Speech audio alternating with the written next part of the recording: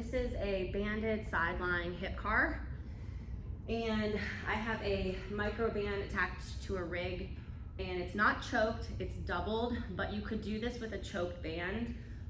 You will not need a ton of resistance. This is a tough variation. Your top leg is gonna be the working hip, and I put my foot through the band so that my instep is what is loaded, and then the tension is traveling that direction towards the rig.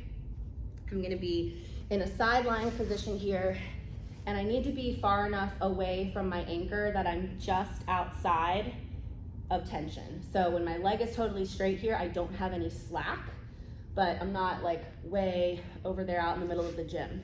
So from this position, I want us to not be dumping the pelvis, so gently tuck the tail under.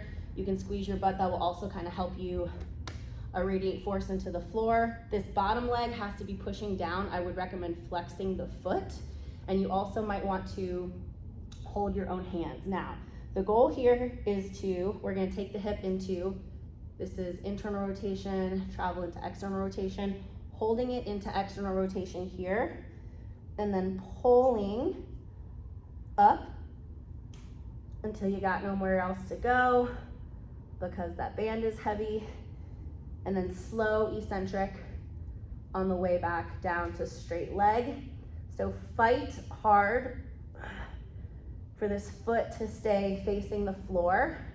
I kind of think about, I'm trying to scrape my pinky along the floor, and that makes me understand and helps me keep my hip open.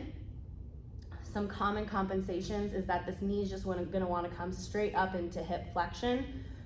That's more like a core exercise. We want to maintain that external rotation. If you think about this, this is kind of like the bottom of our squat, knee flexion, hip flexion, a little bit of external rotation, a little bit of abduction. So we are training loading capacity at that range. I will program the intensities, the sets and the reps, etc., but this position can work for the sideline banded hip cars.